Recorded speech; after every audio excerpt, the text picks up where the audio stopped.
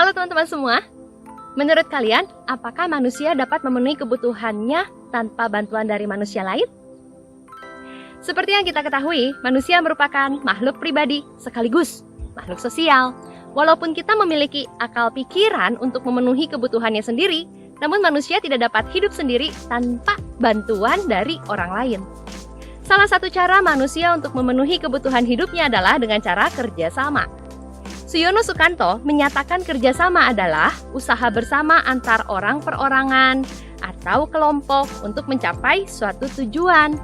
Dalam ilmu sosiologi, kerjasama masuk ke dalam bentuk interaksi sosial asosiatif, yaitu interaksi sosial positif yang mengarah pada persatuan.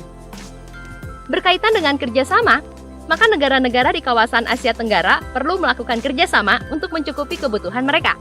Oleh karena itu mereka membentuk ASEAN untuk mencapai tujuan bersama yang berupa 1. Mempercepat pertumbuhan ekonomi, sosial, dan kebudayaan negara-negara di kawasan Asia Tenggara, serta yang kedua, meningkatkan perdamaian dan stabilitas di kawasan Asia Tenggara. Setiap negara di dunia melakukan berbagai bentuk kerjasama demi mencapai tujuan yang mereka inginkan. Faktor-faktor yang mendorong terjadinya kerjasama di antara mereka adalah, yang pertama, kesamaan sumber daya alam yang dimiliki. Negara-negara penghasil minyak bumi akan bekerja sama dalam wadah organisasi OPEC yang salah satu tujuannya adalah menjaga kestabilan harga minyak dunia. Yang kedua, kesamaan wilayah. Misalnya ASEAN yang merupakan organisasi negara-negara yang terdapat di wilayah Asia Tenggara. Ketiga, kesamaan ideologi.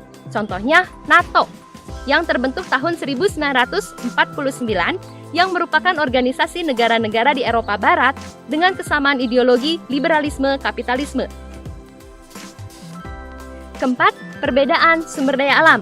Negara-negara yang memiliki sumber daya alam yang berbeda akan melakukan kerjasama untuk memenuhi kebutuhan masing-masing. Misalnya, negara Tiongkok yang membutuhkan batu bara dari Indonesia. Kelima, perbedaan teknologi. Negara-negara dengan kemampuan teknologi yang berbeda akan saling melakukan kerjasama agar dapat memenuhi kebutuhan masing-masing. Misalnya, Indonesia yang belum mampu menghasilkan mobil tetapi membutuhkan mobil akan melakukan kerjasama dengan perusahaan dari Jepang yang telah mampu menghasilkan mobil berkualitas. Yang keenam, perbedaan iklim dan kesuburan tanah. Misalnya, negara-negara di Eropa Utara yang umumnya beriklim dingin akan bekerja sama dengan negara-negara beriklim tropis agar memperoleh sayur dan buah-buahan yang dapat dikonsumsi oleh masyarakat di negara mereka. Teman-teman semua, ternyata ada beberapa faktor yang menghambat terjadinya kerjasama antar negara. Apa saja faktor yang menghambat kerjasama antar negara? Yang pertama, keamanan negara. Pedagang cenderung menghindari untuk menjual barang ke daerah yang tidak aman dikarenakan khawatir barang tersebut hilang atau bahkan tidak dibayar sehingga menimbulkan kerugian bagi mereka. Yang kedua, kebijakan pemerintah. Kebijakan pemerintah yang menutup diri dari negara-negara lain seperti yang dilakukan oleh Korea Utara akan menghambat terjadinya kerjasama dengan negara-negara lain. Yang ketiga, perang antar negara. Perang yang terjadi akan menyebabkan kerjasama antar negara tertunda atau bahkan terhenti. Misalnya, pada saat terjadi Perang Dunia Kedua, maka negara-negara yang tergabung dalam sekutu tidak akan bekerja sama dengan negara Jerman.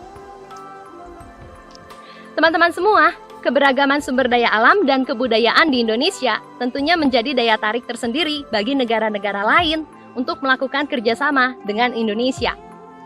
Sesungguhnya Indonesia adalah negara yang kaya akan sumber daya alam, teman-teman.